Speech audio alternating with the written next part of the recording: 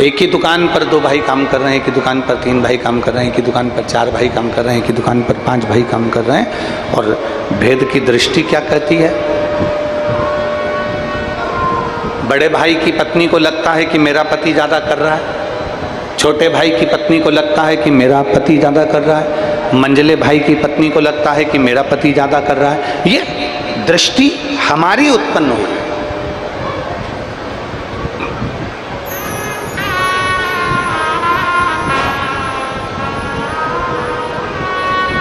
माँ अपने बच्चे को बराबर का दूध पिलाती है।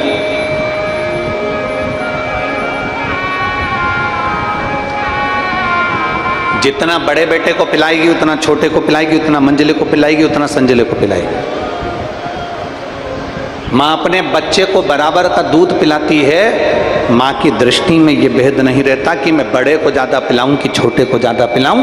माँ को अपने बच्चे की सुरक्षा का ध्यान रखना होता है, इसलिए माँ उसको बराबर का दूध पिलाती है। उसी तरह परमात्मा में भेद नहीं होता। परमात्मा अपने बच्चों का ध्यान कैसे रखना है, संसार का ध्यान कैसे रखना है, जन्म लिए जीवों का ध्यान कैसे रखना है, जलचर थलचर वायुचर में ये जन्मे इन जीवों का कल्याण कैसे करना है, ये भगवान को ज्ञात होता है। इसलिए ब्रह्मा विष्णु और महेश में भेद नहीं है। बड़ी माँ को लग रहा है, बड़ी भाभी को लग रहा है मेरा पति ज़्यादा कमाता है, छोटे को लग रहा है मेरा कमाता है, मंझले को लग रहा है मेरा कमाता है, संझले को लग रहा है मेरा कमाता है। सबकी पत्नी को ये लग रहा है कि मेरा पति दिन रात मेहनत करता है और वो कमाता है।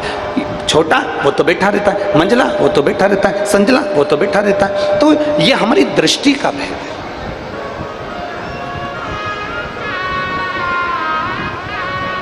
इसको हमारी दृष्टि का भेद कहा गया। और दृष्टि के भेद में जब तक रहोगे ना, तब तक परमात्मा नहीं मिल सकता। जिस दिन आपने सोच लिया कि कोई भी देवता, कई लोग कह देते हैं कि अगर तुम देवी जी को नहीं पूछोगे तो वो रुष्ट हो जाएगी, तुम ये वाले देवता को नहीं पूजोगे तो रुष्ट हो जाएगा, तुम वो वाले देवता को नहीं पूजोगे तो रुष्ट हो जाएगा। ये कई लोगों के मन में भाव जागृत रहता है, कई लोगों के मन में ये चलता रहता है कि ये रुष्ट हो जाएंगे, वो रुष्ट हो जाएंगे। शिव महापुराण की कथा कहती है, माँ, पिता, परमात्मा और गुरु। जम के बोलो कौन कौन? पहले नंबर पर माता, दूसरे नंबर पर पिता, तीसरे नंबर पर परमात्मा, चौथे नंबर पर गुरु। माता, पिता, परमात्मा और गुरु अगर ये रुष्ट भी होते हैं ना, तो अपने भक्त का कल्याण ही करते हैं। अपने भक्त का कल्याण ही करते हैं। माता अगर रुष्ट हुई है अपने बच्चे का कल्याण करेगी, पिता रुष्ट हुआ है अपने बच्चे का कल्याण करेगा, परमात्मा अगर रुष्ट हो गया तो वो भी अपने भक्त का कल्याण करते हैं, और गुरु अगर रुष्ट होते हैं तो वो भी अपने भक्त का कल्याण करते हैं। इनके रुष्ट होने पर कभी विचार नहीं करना कि ये रुष्ट हो गए। कोई कहे कि हमारी कुल देवी रुष्ट हो गई, कोई कह दे हमारे पितर रुष्ट हो गए, कोई कह दे हमारे ये रुष्ट हो गए। शिव महापुराण की कथा कहती है, भगवान शंकर के शिवलिंग में 9 ग्रह देवता विराजमान है। भगवान शंकर के शिवलिंग में पितृ देवता विराजमान है। भगवान शंकर के शिवलिंग में कुल देवी, कुल देवता, सारे देव, 33 कोटि देवता सब भगवान शंकर के शिवलिंग में विराजमान है। सारे ऋषि, सारी नदियाँ, सारे सरोवर, सारे पर्वत, सारे जलचर थलचर। कभी रुद्राष्टाध्यायी का आप स्मरण करेंगे तो उसमें आता है पर्वत भी शिव है, नदी भी शिव है, तालाब भी शिव है, सरोवर भी शिव है, पशु भी शिव है, पक्षी भी शिव है, जलचर भी शिव है, थलचर भी शिव है, पृथ्वी भी शिव है, आकाश भी शिव है, संपूर्ण ब्रह्मांड शिवमय है। तो एक शंकर के शिवलिंग पर जल चढ़ाने से हमारे पितृ और हमारे कुल देवता और हमारे ग्राम देवता, हमारे नगर देवता सब प्रसन्न हो जाते हैं। केवल एक देवादिदेव महादेव को जल चढ़ाने से, एक भगवान शंकर को जल चढ़ाने से सबकी प्रसन्नता हो जाती है। सबकी प्रसन्नता हो जाती है।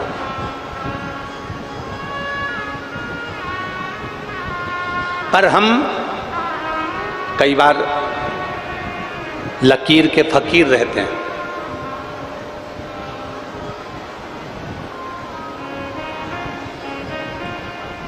लकीर के फकीर,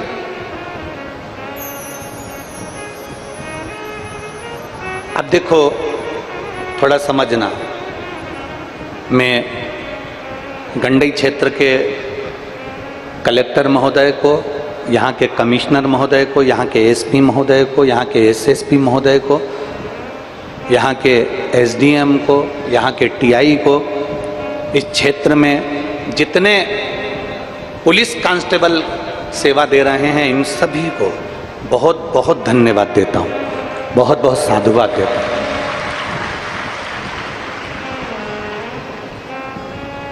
अभी तक हमने जितनी कथा करी, उस कथा में जाने आने के लिए बहुत सारी रोडें होती थी, कम से कम 10 रोड 12 रोड रास्ते होते थे। पर गंडई क्षेत्र में जो कथा हो रही है, इसके लिए एक ही रोड है, और एक रोड पर ट्रैफिक को कैसे रोका जाता है, एक रोड पर ट्रैफिक को कैसे कंट्रोल किया जाता है, एक रोड पर भक्त जो लाखों की संख्या में, रोज आज पानी गिर रहा है पर कल से ज्यादा भक्त आज कथा में आए हैं, इतने बरसते पानी। आप लोग तो पंडाल के अंदर बैठे हो, बाहर की अगर दशा मैं कहूँगा एलईडी पर और आस्था चैनल वालों को दिखाना कि बाहर की दशा क्या है। लोग छाता लेकर पानी में खड़े हुए हैं, और ये केवल अभी नहीं खड़े हुए, ये सुबह से ऐसे कैसे ही खड़े हैं कि भगवान की कथा का लाभ लेना है। अब जरा विचार करो, ये 3 लाख 4 लाख भक्त जब एक साथ रोड पर निकलते हैं, तो व्यवस्था देखने में पुलिस प्रशासन, हम उसको साधुवाद देते हैं। एक बार जोरदार ताली बजाकर पूरी पुलिस प्रशासन को साधुवाद दी। एक रोड, उस पर कैसे कंट्रोल करना, कैसे संयमित करना, किस तरह से कंट्रोल करना, किस तरह से भक्तों को छोड़ना, किस तरह से भक्तों को पहुंचाना, ये मैं कलेक्टर महोदय को, SP, SSP, commissioner, SDM, TI, एक एक को साधुवाद देता हूँ। यहाँ की पुलिस एक एक कांस्टेबल को साधुवाद देता हूँ, चाहे वो महिला कांस्टेबल हो, चाहे पुरुष कांस्टेबल हो, सबको साधुवाद। आपका समझना, जनमानस को कैसे यहाँ तक पहुँचाना, कैसे रखना, कैसे इनको वापिस भेजना, इसकी संयमता, इसकी संयमता। अब कई बार क्या होता है, अब जरा समझिएगा, शिव महापुराण कहती है ना कि कई बार लकीर का फकीर काम हो जाता है। तो क्या होता है, कई बार एक व्यक्ति जा रहा था राजनंदगांव, अब उसने जो रास्ता पकड़ा, उस रास्ते पे मालूम पड़ा आगे पुलिया बन रही है और पुलिया का काम चल रहा है, खड्डा हुआ है, इसलिए प्रशासन ने रास्ता दूसरा दे दिया कि अब एक काम करो कि तुम इस रास्ते से जाओ। अब वो तो जिद पे अड़ जाए, नहीं मेरे पिताजी 50 साल से इसी रास्ते पे से जाते थे, तो मैं तो इसी रास्ते पे से जाऊंगा। अब वो तो जिद पे अड़ जाए कि नहीं मेरे पिताजी 50 साल से इसी रास्ते पे जाते थे, तो मैं इसी रास्ते पे जाऊंगा। आप में से कई मेरी जीजियाँ ऐसी बैठी हैं, कई मेरे जीजा ऐसे बैठे हैं, कई मेरी बेटियां बैठी हैं, कई मेरे बेटे ऐसे बैठे हैं, जो कई बार नहीं हम ऐसे पूजन करते थे प्रदोष की, तो हम ऐसे ही करेंगे, हम शंकर जी को ऐसे भजते थे तो हम ऐसे ही भजेंगे। नहीं, कई बार रोड पर से रोड को डिवाइड किया जाता है, परिवर्तित किया जाता है कि आप यहाँ से निकल कर जाओ क्योंकि रोड का काम चल रहा है। जो व्यक्ति जिद्दी होता है, नहीं मैं तो इधर से जाऊंगा, और गाड़ी लेकर चले जाता है और आगे जाके मालूम पड़े पुलिया में गिर जाता है, तो फिर दुख उसको भी होता है और दूसरे को भी होता है। शिव महापुराण की कथा कहती है, आप पहले क्या करते थे, आपकी जिंदगी पहले क्या थी, आप क्या चल रहे थे, आप क्या कर रहे थे, आप अपने जीवन को कैसे जी रहे थे। 15 साल, 20 साल, 25 साल, 30 साल, 14 साल, 20 साल पहले आपने क्या करा, वो आपकी जिंदगी अलग थी। क्योंकि अब रोड परावर्तित हो गया, अब रोड मार्ग दूसरा हो गया है, इसलिए हमको थोड़ा बदलाव की जरूरत है, हमारी जिंदगी को बदलाव की जरूरत है।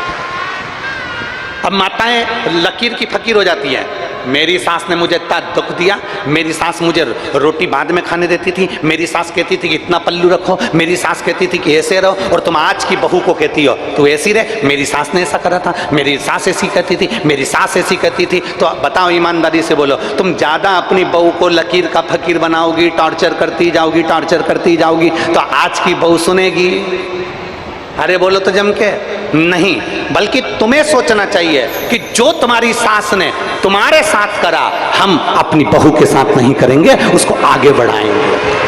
वो हमें सोचना, हमें विचार करना, हमारी दृष्टि ऐसी करना है। पर हम क्या सोच के बैठे, मेरी सास ने तो मुझसे घर लिपाया था, तो बहू से कह रही जा बाहर से गोबर लेकर आ, लिप। तो बहू ने कहा मम्मी यहाँ तो कोटा लगा है, यहाँ मार्बल लगा है, यहाँ तो अच्छी जमीन है, मैं कपड़े से पोछा फेर देती। नहीं, गोबर लेके आ फिर। हमारी सास भी तो फिरवाती थी फिर। अब बहू कह रही मम्मी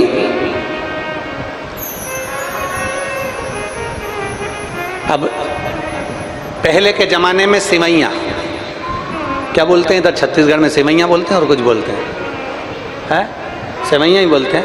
पहले के जमाने में सिवैया मशीन से बनती थी क्या? अरे जम के तो बोलो। नहीं, क्या करती थी?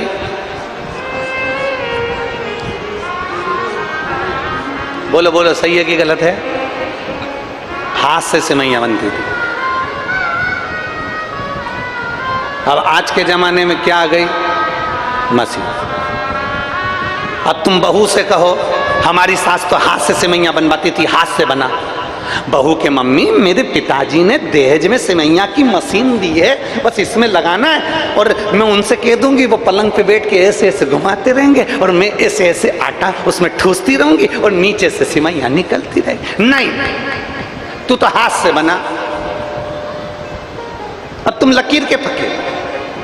एक सास ने अपनी बहू से कहा सुन, एक एक रोटी अच्छे से सेका कर, सुन एक एक दाना अच्छे से बीना कर, सुन एक एक समोसा अच्छे से तला कर, सुन एक एक कपड़े को अच्छे से धोया कर, सुन एक एक कोने की अच्छे से झाड़ू लगाया कर। बहू परेशान हो गई। एक दिन बहू नहाने के लिए बाथरूम में गई, 4 घंटे तक नहीं निकली। सास ने पूछा बेटा बाहर क्यों नहीं आ रही, क्या कर रही है? मम्मी नहा रही हूँ। तो तू 4 घंटे पहले की अंदर गई है, तू 8 बजे की घुसी है और 11-12 बज रही है, तू आ क्यों नहीं रही? मम्मी एक एक बाल को शैम्पू कर रही हूँ। अब एक एक बाल में शैम्पू लगा। लकीर के फकीर नहीं बनना। हम लकीर के फकीर बनकर चल रहे हैं। उसने ऐसा किया तो हमें भी वही करना, उसने ऐसा करा तो हमें भी वही करना। किसी ने हमको अपशब्द कहा, हमें पलट कर अपशब्द कहना। किसी ने ताना दे दिया, हमें पलट कर ताना देना। किसी ने गाली दे दी, हमें पलट कर गाली ना। हमें लकीर के फकीर नहीं बनना। शिव महापुराण की कथा कहती है ये रोड पर आगे काम चल रहा है, पुलिया का काम चल रहा है, तो रोड परावर्तित कर कर निकल जाओ, दूसरी रोड से निकल जाओ। उसी तरह जब हमें लगे कि हमारी जिंदगी ठीक नहीं चल रही है, हमारे जीवन में दुख और तकलीफ चल रही है, तो भगवान ने शॉर्टकट रास्ता बता दिया कि शिव महापुराण की कथा सुनो, एक लोटा जल चढ़ाओ और अपने जीवन को धन्य बनाओ। ये शॉर्टकट है। ना तुम्हें मंत्र की जरूरत है, ना तुम्हें तंत्र की जरूरत है, ना तुम्हें साधना की जरूरत है, क्योंकि घर में, कलयुग में, कलिकाल में किसी के पास समय नहीं है। कलयुग में, कलिकाल में किसी के पास समय नहीं है। रत्ती भर का समय कलयुग में नहीं है। बच्चा भी व्यस्त है, बूढ़े भी व्यस्त हैं, सब व्यस्त हैं, कोई फ्री नहीं है। इस कलयुग में आपको इतना समय नहीं मिलेगा कि आप तप करेंगे। इस कलयुग में आपको इतना समय नहीं मिलेगा कि आप साधना करेंगे। इस कलयुग में आपको इतना समय नहीं मिलेगा कि आप कहीं तीर्थ में जाकर बैठ जाएंगे। इस कलयुग में सबसे सरल, सबसे सहज, ना मंत्र, ना तंत्र, ना साधना, कुछ भी नहीं। इस कलयुग में एक साधन सबसे सरल है, जो गरीब से गरीब व्यक्ति और बड़े से बड़ा सेठ कहीं पर भी कर सकता है। एक लोटा जल सारी समस्या का। वो गरीब भी कर सकता है, वो अमीर भी कर सकता है, वो साधारण व्यक्ति भी कर सकता है, 7 जात का व्यक्ति उसको कर सकता है। साथ चल। बस उसको करने के लिए अपने भीतर के अहम को निकालना पड़ेगा।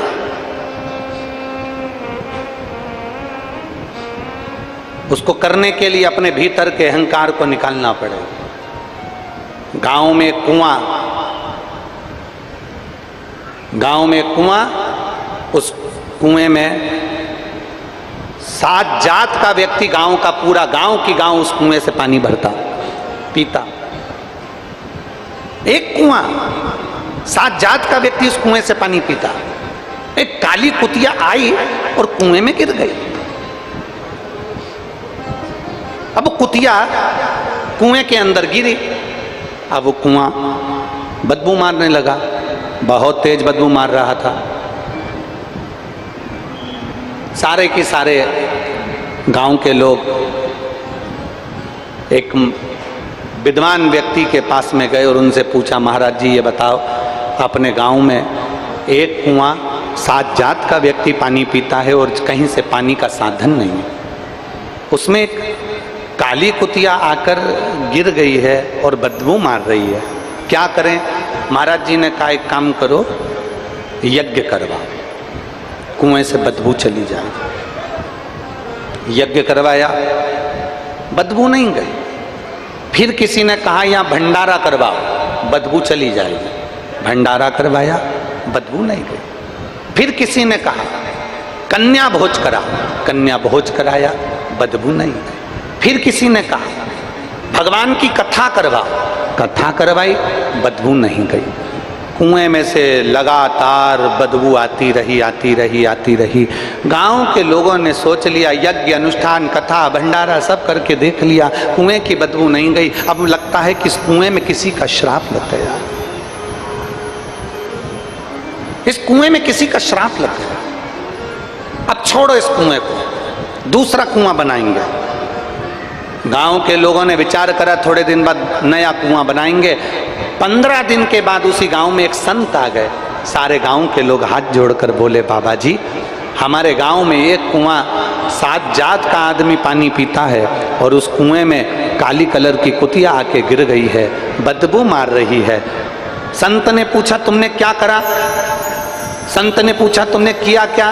तो कहा हमने यज्ञ करवाया, अनुष्ठान करवाया, भंडारा करवाया, कन्या भोज करवाया, हमने सब कुछ करवाया, कथा करवाई, कुएं की बदबू नहीं गई? नहीं गई। इतने में संत ने पूछा तुमने कुएं में से कुतिया निकलवाई?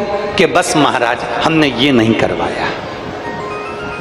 अब विचार करो, कुएं में कुतिया पड़ी है, बदबू मार रही है, हमने यज्ञ करवा लिया, अनुष्ठान करवा लिया, भंडारा करवा लिया, कन्या भोज करवा लिया, यज्ञ करवाया, कथा करवाई, पर कुएं में से कुतिया नहीं निकलवाई। संत ने कहा कुएं में से कुतिया निकाल कर फेंक देते, पूरे पानी को उलीस देते, दूसरा पानी आना चालू होता, कुएं में से बदबू आना बंद हो जाती। शिव महापुराण की कथा कहती है जब तक ये मन रूपी कुएं में अहंकार रूपी कुतिया पड़ी रहेगी तब तक मेरा नजर आएगा। जिस दिन ये कुतिया निकल गई, भोलेनाथ सब तेरा नजर आएगा। ये अहंकार, ये अभिमान जब तक हमारे भीतर है तब तक हमको लगता है कि मैं जो कर रहा हूं बहुत अच्छा कर रहा हूं, मैं जो कर रही हूं बहुत अच्छा कर रही हूं, मेरे बराबर दुनिया में कोई नहीं कर सकता, मेरे बराबर संसार में कोई नहीं कर सकता। और शिव महापुराण की कथा कहती है अरे मत बुरे कर्म कर बंदे वरना पछताएगा, भगवान की आंखों से बच नहीं पाएगा, तू बच नहीं पाएगा। अरे ओ अज्ञानी मत कर नादानी, अरे ओ अज्ञानी मत कर नादानी, तेरे कर्म का फल भी तू ही पाएगा, जैसा किया तूने तेरे आगे आएगा।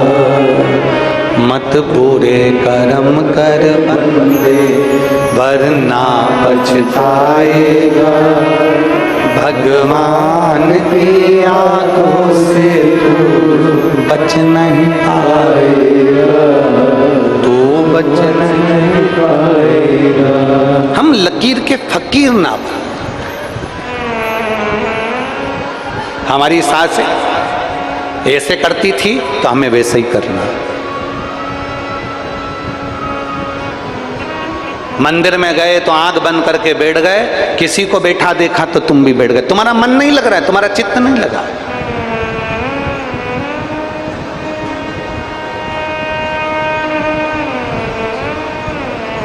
शिव महापुराण की कथा कहती है, किसी को देखकर कभी कुछ मत करो। अगर करना है, तुम्हारा दिल बोले तो श्री शिवाय नमस्तुभ्यम बोलो। तुम्हारा दिल बोले तो शंकर जी के मंदिर में जाकर एक लोटा जल चढ़ाओ। तुम्हारा दिल बोले तो तुम टीवी चालू कर कर शिव महापुराण की कथा देखो। तुम्हारा दिल बोले तो तुम भगवान शंकर की सेवा करो। तुम्हारा दिल बोले तो तुम शंकर की स्तुति करो। अगर तुम्हारा मन नहीं बोले तो समय बर्बाद मत करो, अपने घर पे रहो, टीवी देखो, नाटक देखो और खूब बेहतरीन खाना बना बना के खूब खाओ। मना नहीं है। दिल करे तो कथा में जाओ, मन करे तो टीवी खोलकर कथा देखो, दिल करे तो भगवान शंकर के मंदिर जाओ, दिल करे तो शिव की स्तुति गाओ, दिल करे तो शंकर को एक लोटा जल चढ़ाओ। जबरदस्ती नहीं है, किसी के ऊपर कभी हमने प्रेशर नहीं दिया। आज तक इस व्यासपीठ से हमने किसी को प्रेशर नहीं दिया कि तुम्हें मंत्र बोलना ही पड़ेगा, श्री शिवाय नमस्तुभ्यम बोलना ही पड़ेगा, तुमको ये करना ही पड़ेगा, तुमको मंदिर जाना ही पड़ेगा। हमने इस व्यासपीठ से आज तक किसी पर प्रेशर नहीं दिया। तुम्हारा दिल करे, जिस दिन सारे जमाने की ठोकर खाया हो, सारी दुनिया के हाथ जोड़कर देख लो, सारी दुनिया की ठोकर खाकर आ जाओ और तो भी तुम्हारा काम ना हो, उसके बाद मेरे शंकर के मंदिर में जाना चालू कर देना, फिर बताएं कि बाबा तुम्हारा हाथ पकड़ता है कि नहीं पकड़ता। इतना तो जरूर कहा कि सारे जमाने की ठोकर खाया, सारी दुनिया के हाथ पैर जोड़ लो, सबसे विनती कर लो, ए भैया मेरा काम। भैया एक पत्र है, पत्र में उसने लिखा,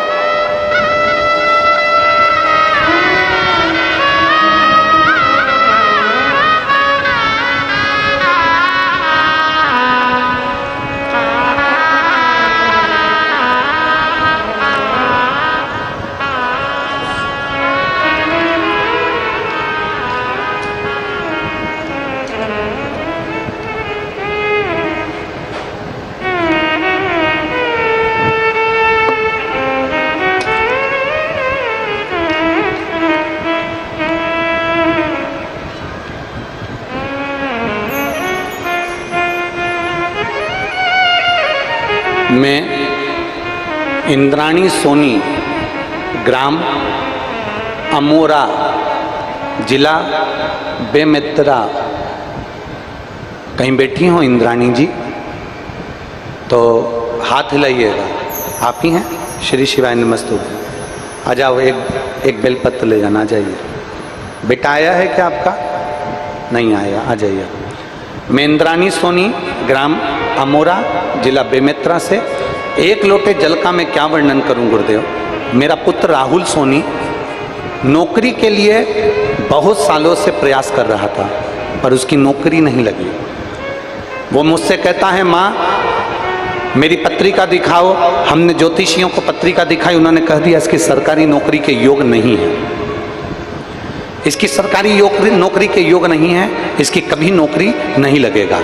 ये हमारे को ज्योतिषों ने बताया। फिर मेरा बेटा भी हार गया और उसने सोच लिया मैं कोई परीक्षा नहीं दूंगा, क्योंकि हर परीक्षा में मैं असफल हो रहा था। वह पूरी तरह से हिम्मत हार चुका था।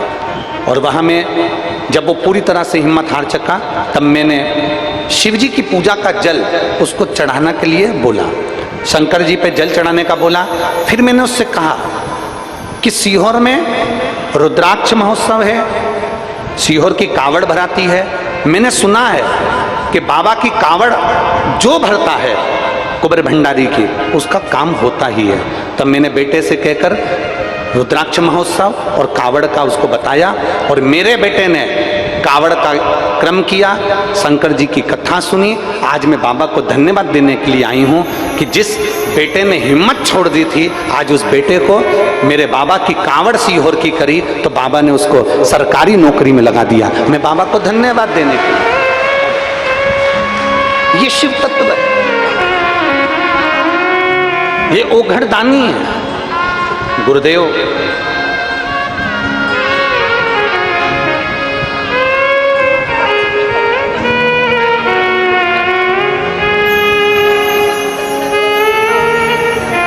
दीदी कह रही हैं जब उसने फॉर्म भरा तो एक नौकरी नहीं, बाबा ने उसको 2 नौकरी दी, और ये शिव कृपा।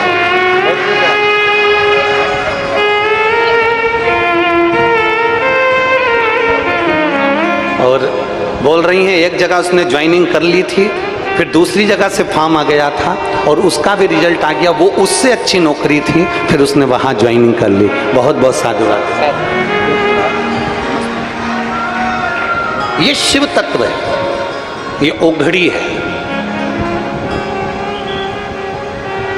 सारी दुनिया की ठोकर खाया।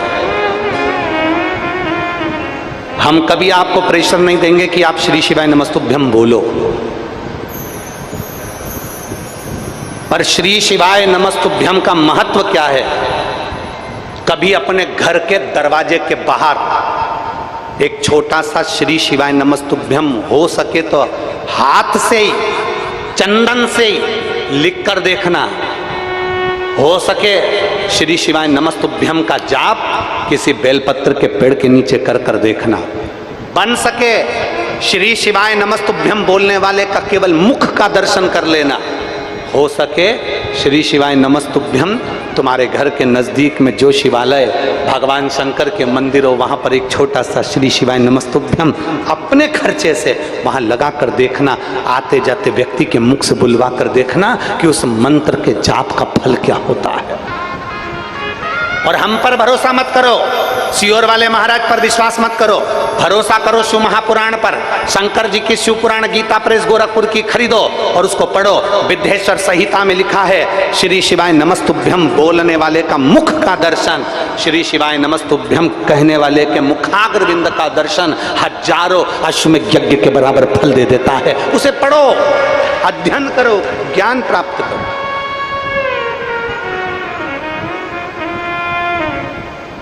हम पर भरोसा नहीं करना, हमारी बात पर भरोसा।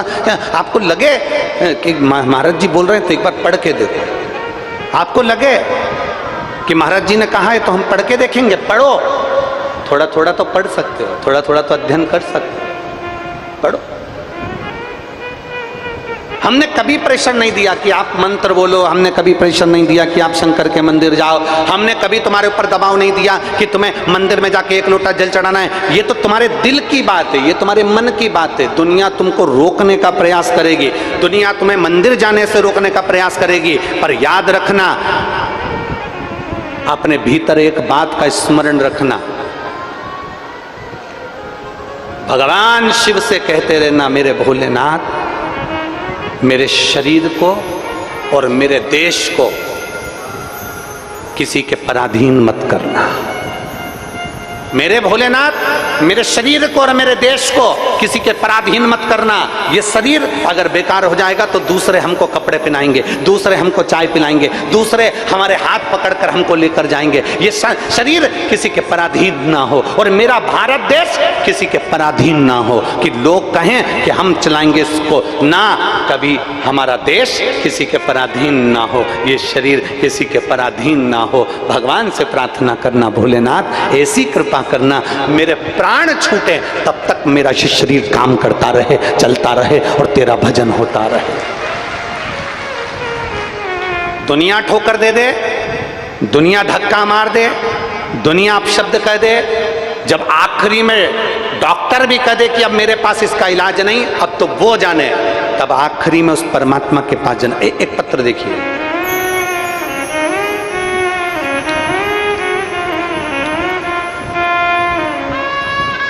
मैं शिप्रा गुप्ता, भुआ बिछिया,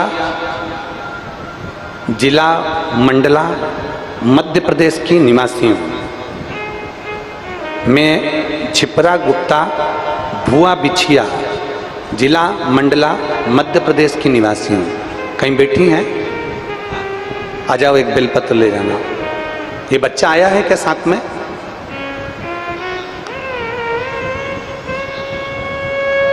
अगर ये है बच्चा आया है, अगर ये बालक आया हो, 19 वर्ष का पुत्र है ये, अगर आया हो तो साथ में आए। मैं छिपरा गुप्ता भुआ बिछिया जिला मंडला मध्य प्रदेश की निवासी हूँ। पत्र को आप लोग आस्था चैनल पर एलईडी पर पढ़ सकते हैं। मैं बेलपत्र का बाबा के जल का क्या वर्णन करूं गुरुदेव।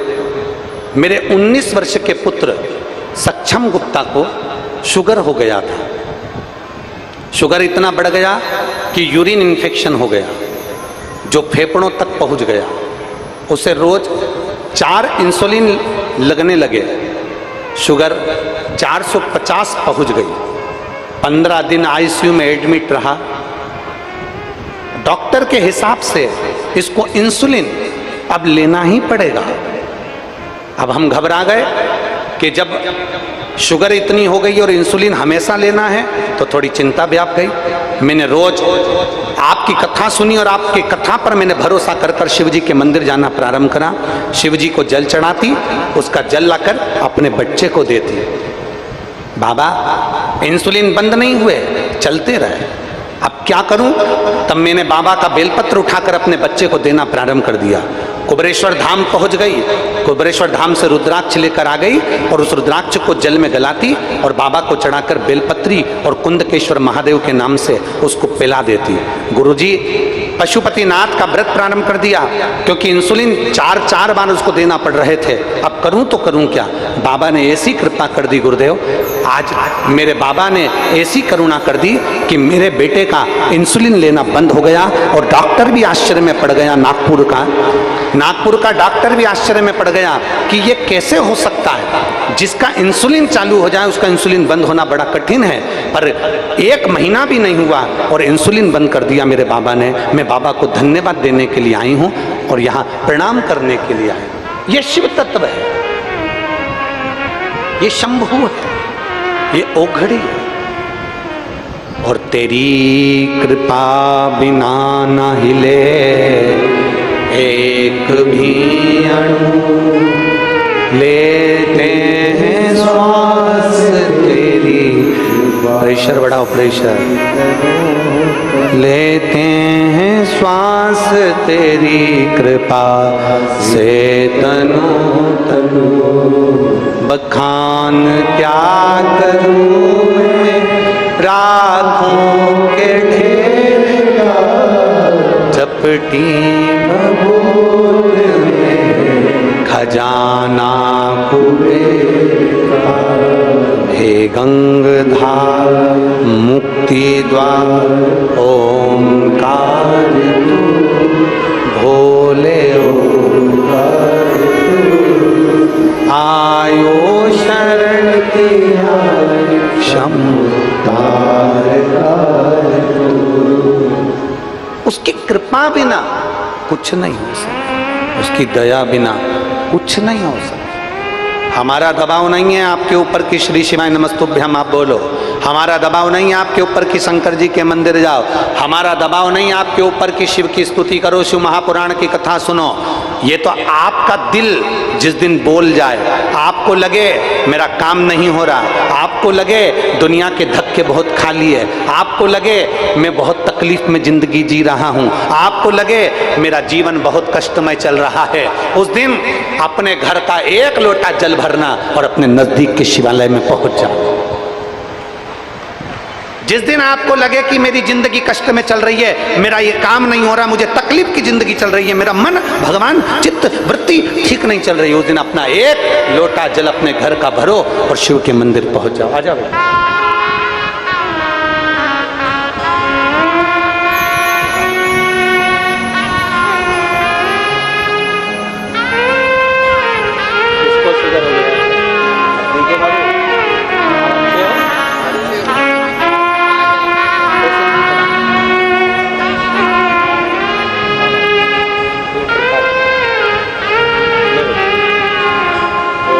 तो ठीक हो गया बाबू, अब क्या रोना बाबा से, ठीक है।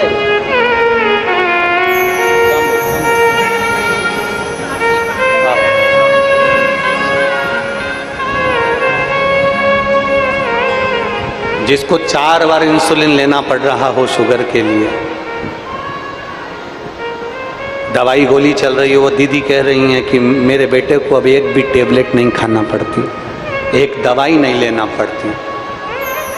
कई लोग हमसे प्रश्न करते हैं सीहोर के रुद्राक्ष में ऐसा क्या है। हम कहते हैं खरीद कर नहीं दिया जाता सीहोर का रुद्राक्ष, पैसे से नहीं बेचा जाता सीहोर का रुद्राक्ष, कोरियर नहीं करा जाता सीहोर का रुद्राक्ष। यहां तक आपको खुद सीहोर पहुंचकर बाबा के आगे हाथ फैलाकर उससे रुद्राक्ष लेकर मांगकर लेकर आना और फिर उसका असर देखकर 3 महीने के अंदर हमको बताना कि रुद्राक्ष में असर करा कि ना करा। क्या है सीहोर के रुद्राक्ष? वो सहज नहीं है, सरल नहीं है।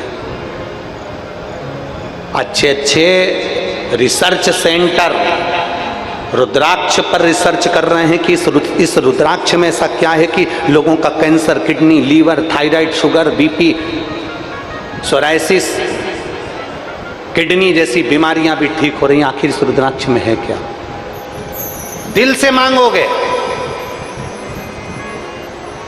दिल से बोलोगे, दिल से प्रार्थना करोगे। कंकर शंकर की पूजन कुबेरेश्वर धाम की धरा पर पहुंचकर जब तुम कंकर को बीन कर उसकी पूजन करते हो, दिल से जब प्रार्थना कर कर जाते हो, मेरे बाबा ऐसा है कि 3 महीने तक बैग मत खोलना, 3 महीने में उसी बैग को लेकर मेरा कुबेर भंडारी वापिस बुला लेता है। ये उसकी कृपा है, ये उसकी उदारता, ये उसकी दया है।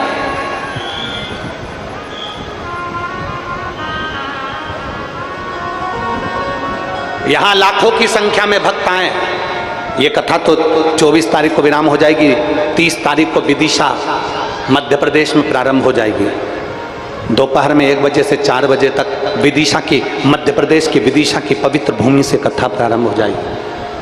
कभी मौका मिले तो पंडाल में बैठकर सुनना और विचार करना कि शिव महापुराण पंडाल में बैठकर सुनने का और बाबा से प्रार्थना करने का क्या फल होता है, क्या प्राप्त होता है, क्या देता है मेरा उघड़दानी, क्या देता है। कभी विचार करें।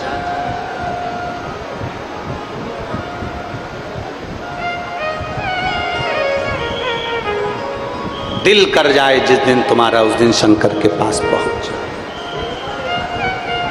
दिल कर जाए जिस दिन तुम्हारा, उस दिन तुम शिव के करीब में पहुंच जाओ। दिल कर जाए जिस दिन तुम्हारा घर में मन नहीं लग रहा हो ना, सुबह मंदिर भी होके आ गए ना, उसके बाद भी तुम्हारा मन नहीं लग रहा हो, तुम्हें ऐसा लग रहा हो कि आज मेरे ऊपर संकट भारी है, तुम्हें लग रहा है कि आज मेरी जिंदगी में कुछ ना कुछ ऐसी तकलीफ आने वाली है, मैं बहुत दुखी हूं, उस दिन प्रदोष काल में, भले प्रदोष का दिन नहीं हो पर प्रदोष काल में, शाम के समय, प्रदोष के समय शंकर जी के मंदिर में जाकर बैठ जाना, एक बेलपत्र अपने हाथ में रख लेना और बाबा को देखते हुए अपने दिल की बात शंकर जी से कहकर, नंदीश्वर से कहकर, अपने मन की बात बाबा को देखते देखते दिल से शिवालय में, देवालय में बैठकर मन से बाबा को अपने मन की बात कहना और नंदी के पास जाकर कानों में अपना बात कहकर शंकर के शिवालय पर इस डंडी का मुख अशोक सुंदरी की ओर करते हुए बेलपत्र को शिव पर समर्पित कर देना।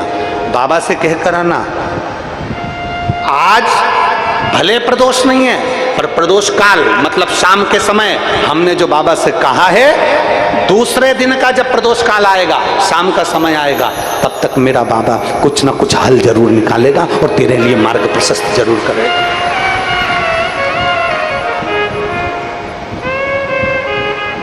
सीहोर की जो कावड़ है 17 अगस्त को शनिवार के दिन, इसलिए हमने प्रदोष के दिन की रखी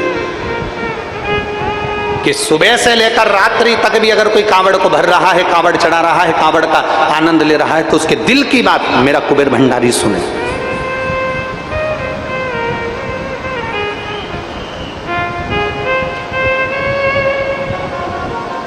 अपने मन की बात कुबेर भंडारी के सुने। दिल से हम उसको प्रार्थना करें, दिल से कहें, दिल से निवेदन करें, वो स्वीकार करें।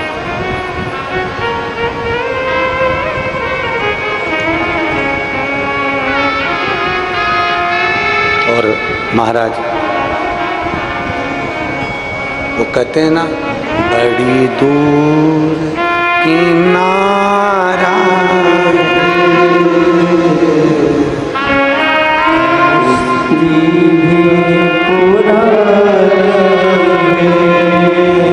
बड़ी दूर किनारा है, कश्ती भी पुरानी है, भोले बाबा सुन भी लो ये मेरी कहानी है, बड़ी दूर किनारा है,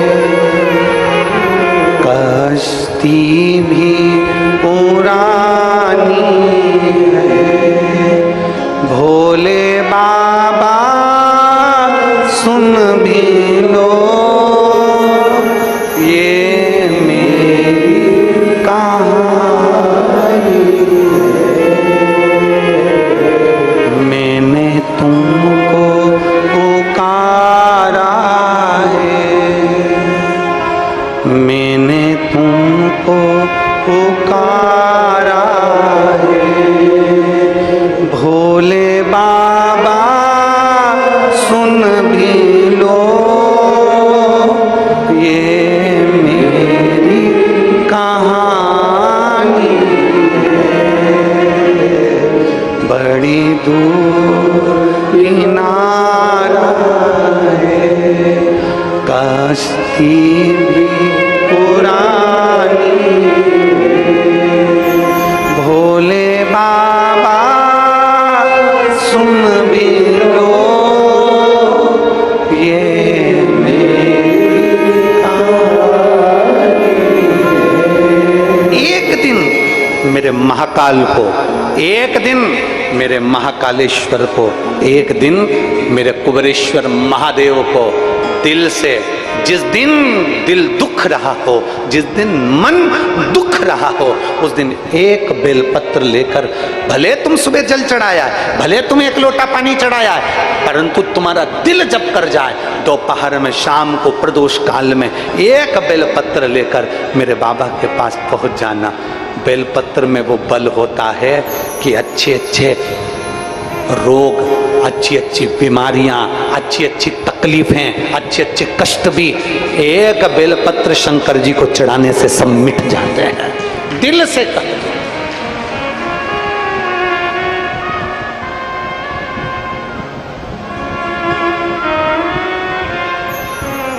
मेरे बाबा सुन भी लो ये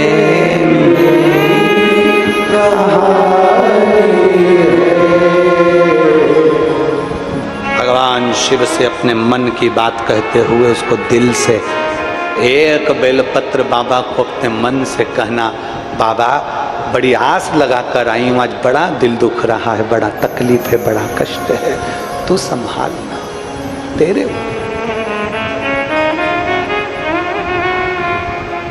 ब्रह्मलोक के देवता ब्रह्मा जी हैं, बैकुंठ लोक के देवता भगवान विष्णु हैं, और पृथ्वी का देवता मेरा देवादिदेव महादेव है।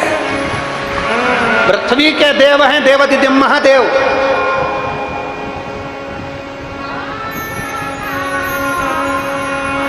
तुम्हारी एक बहन 50 किलोमीटर, जम के बोलो जरा, गांव वाली से। तुम्हारा एक भाई तुम्हारे गांव में रहता है और एक भाई तुम्हारा 150 किलोमीटर दूर रायपुर में रहता है। तुम्हें तकलीफ होगी तो तुम रायपुर वाले से कहोगे कि गांव वाले से कहोगे? बोलो तो जरा, गांव वाले से। ब्रह्मा ब्रह्मलोक में, भगवान विष्णु बैकुंठ लोक में, पृथ्वी लोक के देवता हैं देवादिदेव महादेव। जब तुम्हारे दिल में दुख हो, तकलीफ हो, कष्ट हो, एक बेलपत्री लेकर जाना शंकर के मंदिर में। समय मत देखना कि दिन है कि रात है कि सुबह है कि शाम है। सारे देवताओं की पूजन में समय देखा जाता है, पर मेरे काल अधिपति महाकाल की पूजन में कोई समय नहीं देखा जाता। सारे देवताओं की पूजन में समय देखा जाएगा, पर काल अधिपति की पूजन में समय नहीं देखा जाएगा।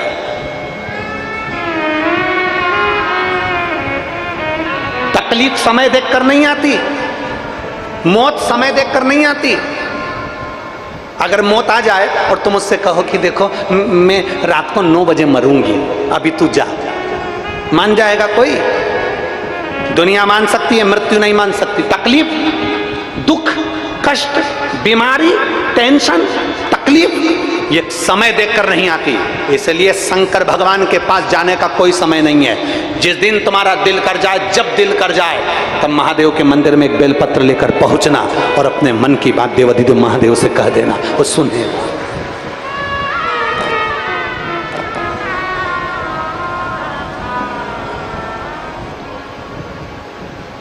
जिस दिन तुम्हारा मन कर जाए, जिस दिन तुम्हारा दिल कर जाए, जिस दिन तुम्हारा चित्त कर जाए, जिस दिन तुम्हारा हृदय कह जाए कि आज मैं बहू मेरे को बाबा से बात करना है, मुझे मेरे बाबा से बोलना है,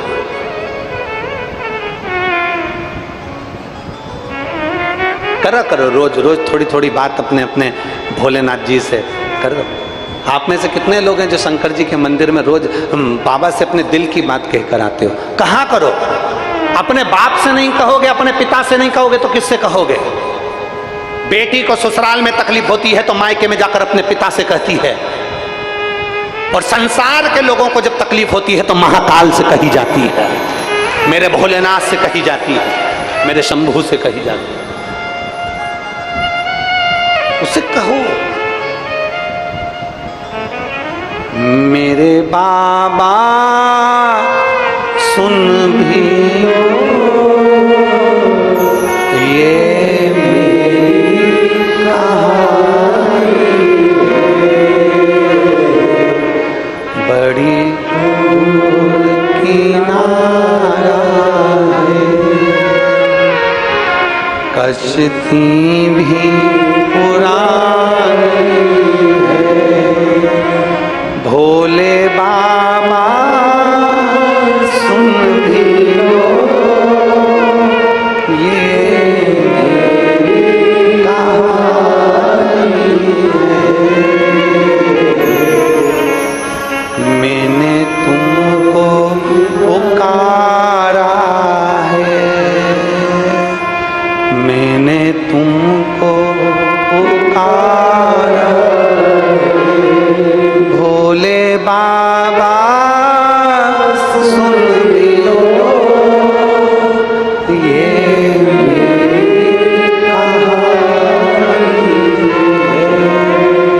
दिल से, बाबा से, मन से अपने हृदय की बात कहकर जब आप शिव के द्वार पर जाओगे, उसके पास बैठोगे, उससे बात करोगे, वो सुन लेगा, सुनेगा।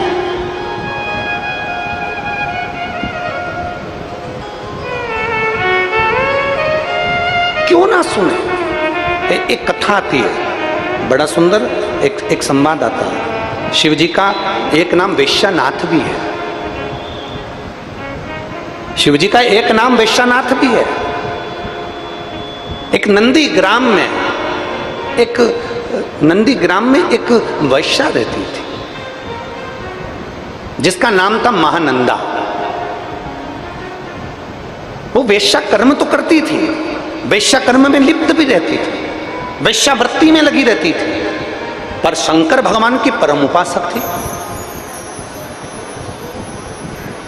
अब जरा ध्यान देना सब, कोई कहता है कि भगवान को रिझाने के लिए मंत्र की जरूरत है, कोई कहता है भगवान को रिझाने के लिए तंत्र की जरूरत है, कोई कहता है भगवान को रिझाने के लिए स्तुति की जरूरत है, कोई कहता है भगवान को रिझाने के लिए बहुत सारी सामग्री की जरूरत है। उसको ये वेश्यानाथ भगवान शंकर की कथा सुनाना कि वेश्यावृत्ति में लिप्त रहती थी, भगवान शंकर की भक्ति में डूबी रहती थी। ना वो मंत्र जानती थी, ना वो तंत्र जानती थी, ना वो साधना जानती थी, ना वो तपस्या जानती थी, ना वो तप जानती थी, ना कुछ जानती थी। वो तो केवल एक काम जानती थी, शंकर भगवान को भस्म चढ़ाकर अपने मस्तिष्क पर त्रिपुंड लगा लेना और एक बेलपत्र समर्पित कर एक रुद्राक्ष अपने गले में धारण कर लेना। उसके वेश्यालय में जो आता था उसके गले में वो रुद्राक्ष पिना देती थी।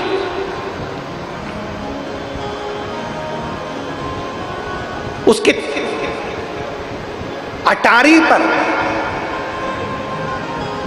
बंदर, मुर्गा, मुर्गी, कोई भी उसकी अटारी पर पशु पक्षी कोई आ जाता था, शंकर का नाम लेकर उनके गले में रुद्राक्ष पहना देती थी। अब जरा विचार करिए, थी कौन? वैश्या। महानंदा उसका नाम था। अब महानंदा वैश्या, ऊपर बंदर आ गया अटारी पर, इसने भगवान शंकर के नाम लिया और बंदर को भोजन देते देते उसके गले में रुद्राक्ष बांध दिया। मुर्गा मुर्गी आ गए, जीव जंतु आ गए, उनके गले में उसने रुद्राक्ष बांध दिया। इसके वेश्यालय में अगर कोई पुरुष आता था इसका नृत्य देखने के लिए, इसकी सुंदरता के चक्कर में, तो उसके गले में पहले ये रुद्राक्ष पिना देती थी। शिव की बड़ी उपासक थी। बहुत दुनिया के कई तप कर करके मर गए, उनको शंकर नहीं मिले। दुनिया के कई मंत्र और तंत्र कर करके मर गए, उनको शंकर नहीं मिले। ये तो वेश्यावृत्ति करने वाली वेश्या थी, वेश्यावृत्ति।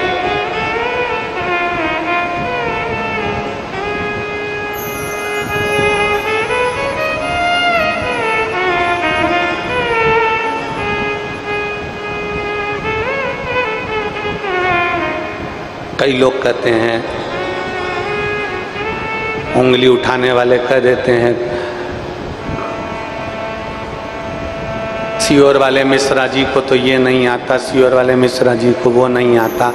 हम तो हमारी व्यासपीठ से पहले से कहते आ रहे हैं, ना हमको संस्कृत का कोई शब्द आता है, ना हमें कुछ आता है। हमें तो केवल एक काम आता है, भगवान भोलेनाथ को एक लोटा जल चढ़ाओ, श्री शिवाय नमस्तुभ्यम बोलो, पंचाक्षर मंत्र नमः शिवाय बोलो, ओम नमः शिवाय बोलो, शंकर का भजन करो, कीर्तन करो, स्मरण करो।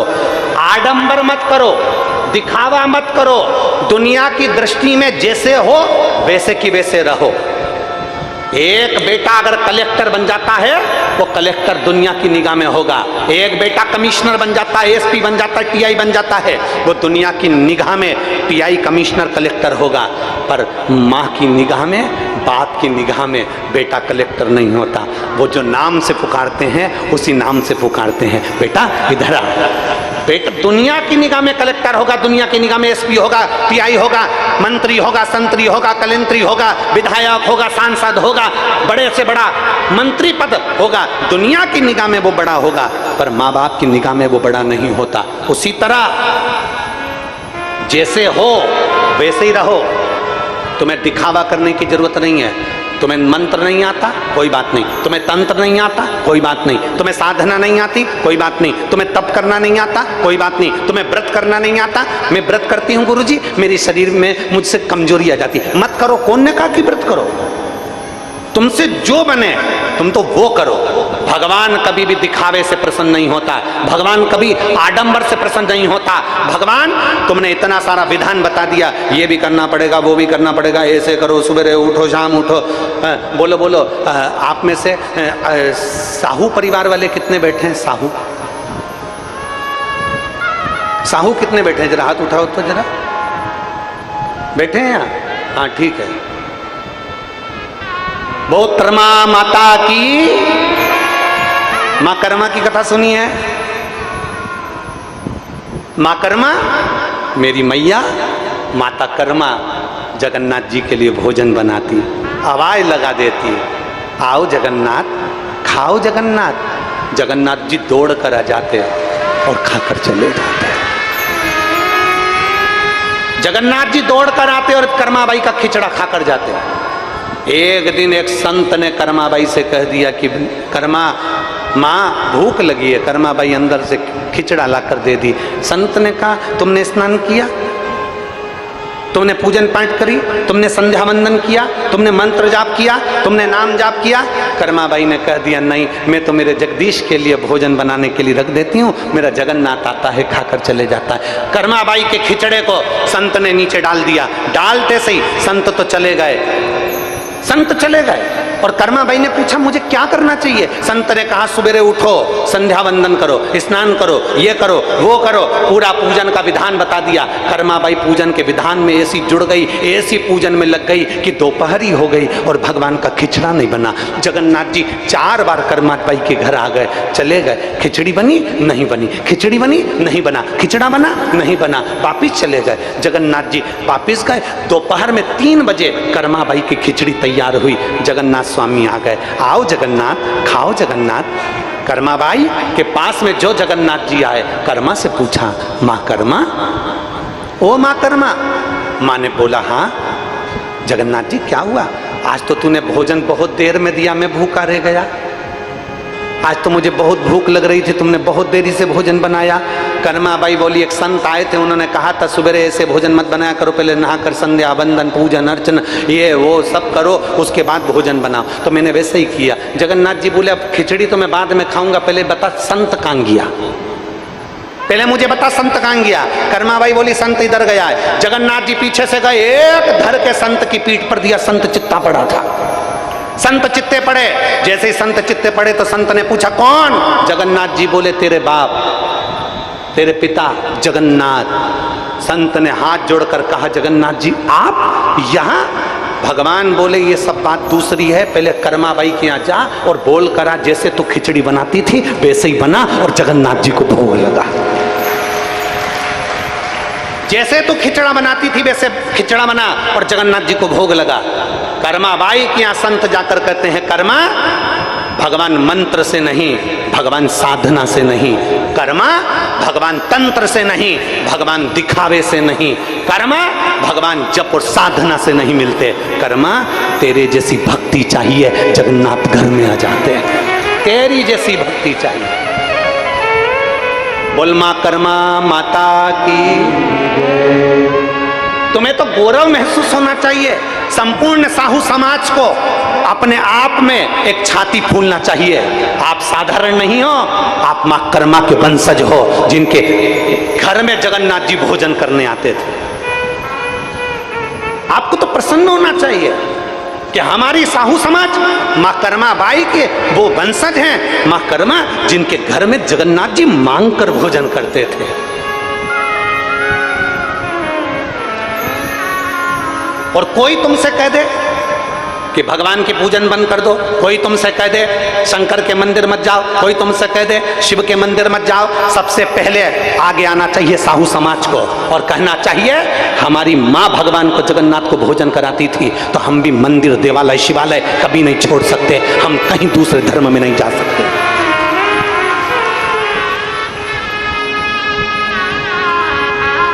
सहज नहीं है। मां कर्मा के जीवन के वृतांत को अगर आप श्रवण करेंगे तो मां मां है।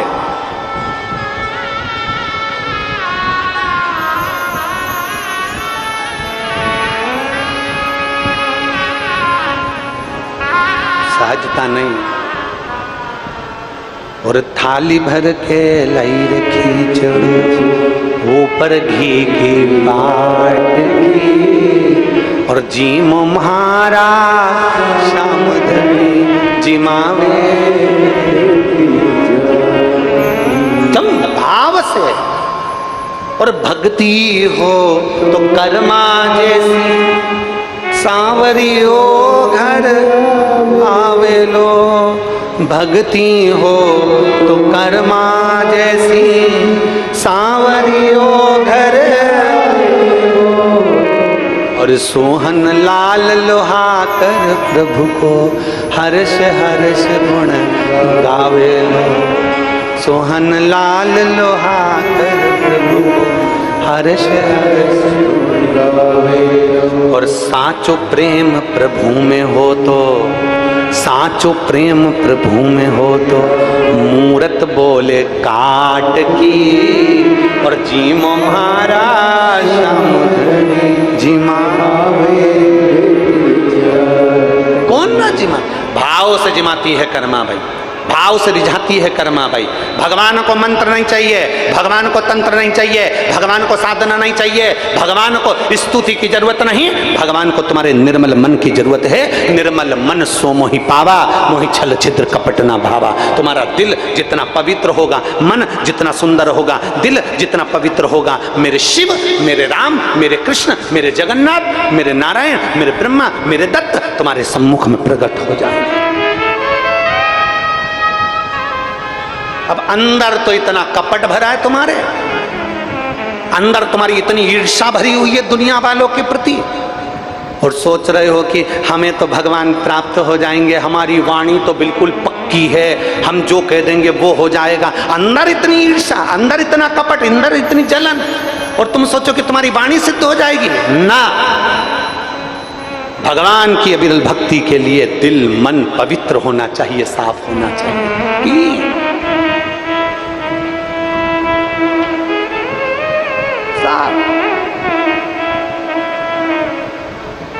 और साचो प्रेम प्रभु में हो तो, अरे साचो प्रेम प्रभु में हो तो, अरे मूरत बोले काट की, और जीमो महाराज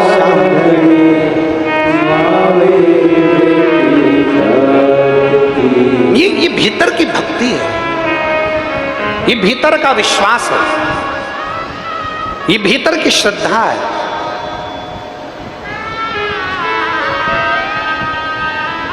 भीतर की भक्ति, भीतर का विश्वास, भीतर की श्रद्धा, यह हमारे भीतर।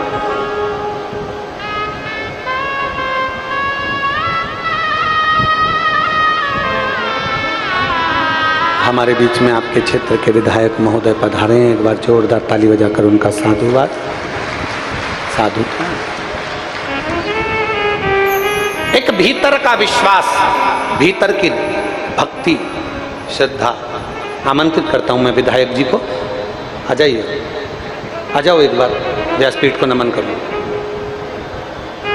हमारे भीतर का विश्वास, हमारे भीतर की भक्ति, हमारे भीतर की दृढ़ता हमारे शंकर को हमारे करीब में लेकर आ जाती है।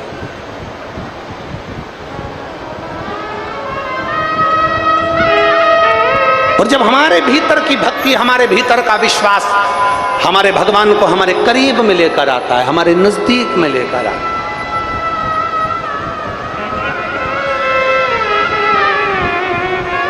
महाराज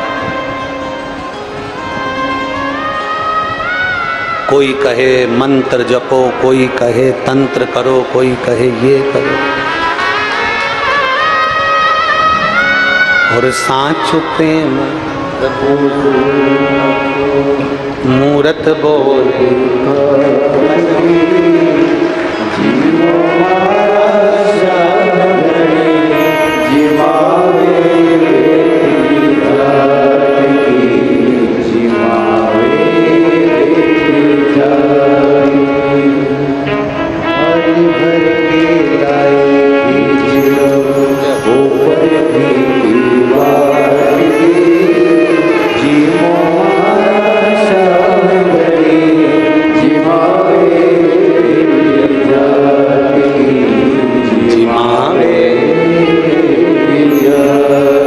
बीच में साझा विधायक ईश्वर साहू जी आए हैं, एक बार जोरदार ताली बजाकर उनका साधु का साधु।